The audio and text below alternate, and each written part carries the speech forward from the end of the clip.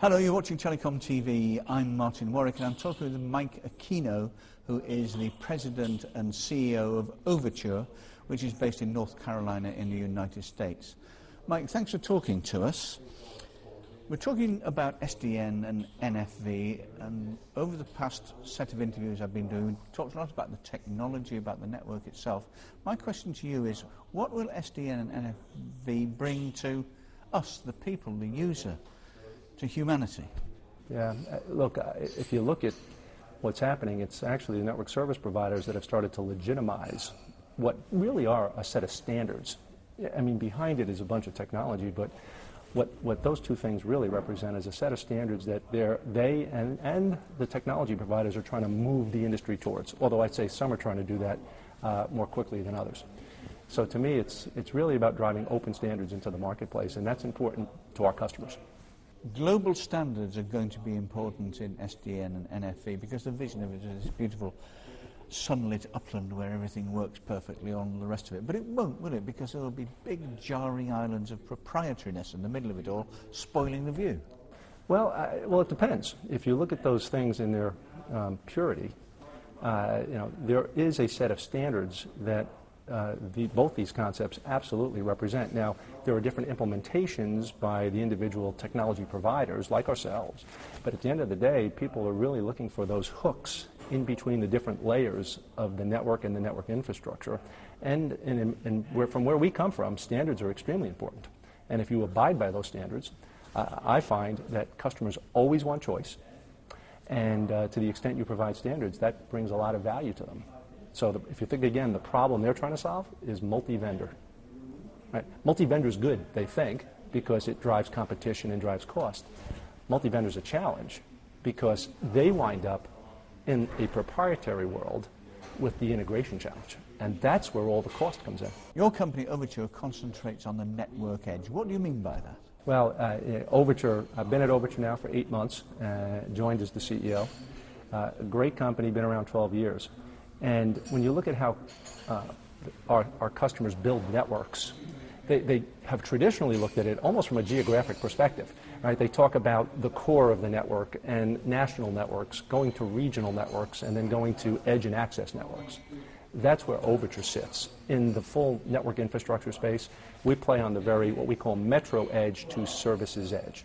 And within that space, what you find is our customers have a variety of ways to connect that last mile or that entree to the cloud. They can attack it from a couple of different media types. In our space, it's copper, fiber, TDM. And the value we've been bringing over the last couple of years, and hopefully will continue to bring, is we are media agnostic. In your opinion, what are the most pressing problems facing SDN and NFV in its application today? When you look at automation and automation of technology, this problem has been around for years. It was in the data center and it's been in the network for the last, since I've been doing this. But I think the real problem that the service providers are trying to solve is what we call the service creation, service activation, and service assurance problem. And now, look, they've been doing that for 30 years, so they know how to do it. The problem is they have to do it faster and cheaper. If you are not driving cost out of that problem and driving speed in, which implies time to market, more revenue, or protecting revenue streams, if you're not attacking one of those two problems, then personally, I don't think our customers should be talking to us. We know the hype machine about SDN and NFV is in overdrive, and there's one side of the argument that said this is the most far-reaching thing that's happened in the network in a generation. It's going to change everything. There's another smaller constituency, I will admit, and say no, this is all hype. It is a technological change, it is a framework, but basically it's a rebranding of OSS. What do you make of that argument? I'd say if we all held that position, we'd probably still be back using IBM 3270 devices in the network, which is where I came from 30 years ago. Personally, I really do think there are some things here. First of all, part of what both SDN and NFV represent is openness and open standards. And again, while customers absolutely want choice breeds proprietariness. And so I would say you're exactly right around the reaction perhaps of some of those older companies, because from that perspective, monolithic and honestly have had, perhaps hold of a lot of these customers' networks for a long time. They clearly have the most to lose. Secondly, what these new technologies represent is it takes smaller, innovative companies who perhaps are faster, gives them an opportunity. And what I'm finding is that even the largest service providers are willing to talk to the smaller guys. So, to me, it's kind of opening the doors. In fact, this is a legitimacy of these two concepts, because if these were truly not being accepted, or at least people thinking about them, it'd be a lot harder for me to get in and talk to some of these larger customers that we're talking to about our value proposition.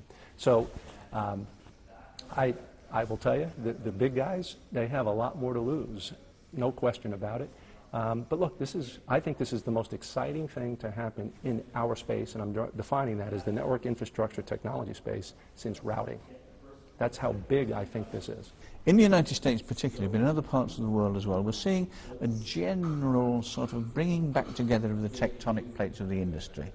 It's coalescing again. The amount of competition there is in the United States in mobile, for example, is almost a duopoly. It's not the way it used to be. There are a lot of big, heavy, hefty, rich, solid organizations out there that don't move very quickly. Do you think SDN and NFV is also going to be a spur to further network consolidation and further company consolidation? Yeah, so when you talk about industry consolidation, I think about it from two perspectives, the service provider and the technology providers. And so I would suggest that I'd say it probably the other way.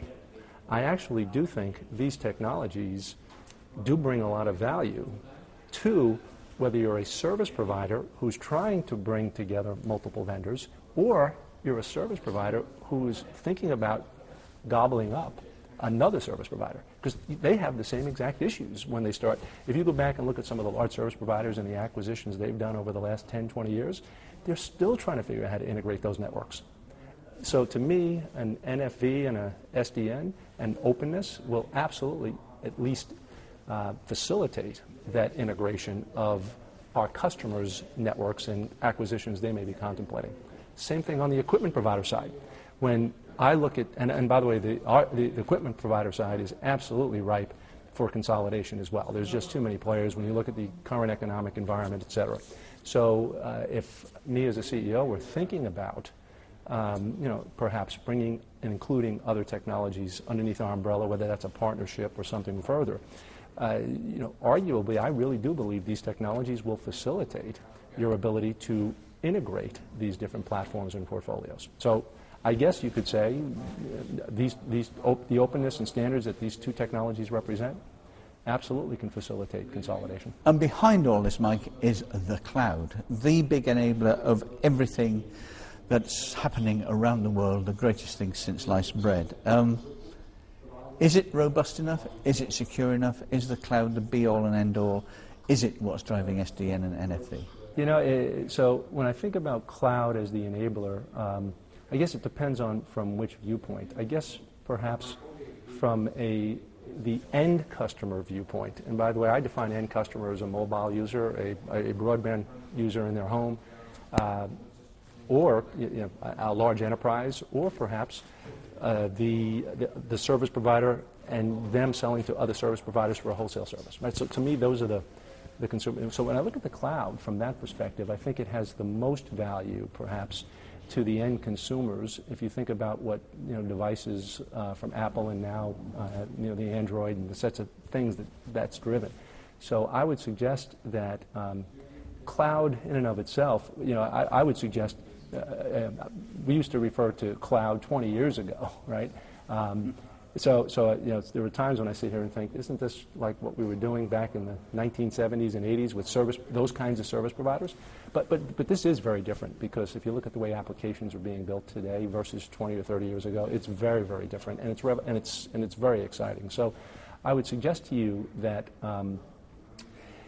Yes, the cloud is absolutely the way people want to go, and it is going. Yes, security can represent an issue there. However, I would actually suggest to you, when you look at some of these technologies and the way cloud applications are being built, I think there's actually opportunities for an even superior level of security inside those infrastructures. So, by the way, absolutely, especially financial services, government, healthcare. I mean, those are spaces that I've watched for the last 20 years.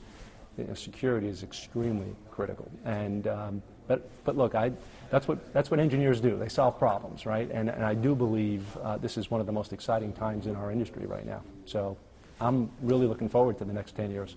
Mike Aquino, thank you very much indeed. Fascinating stuff. Thanks, Martin. Appreciate it. It was a lot of fun.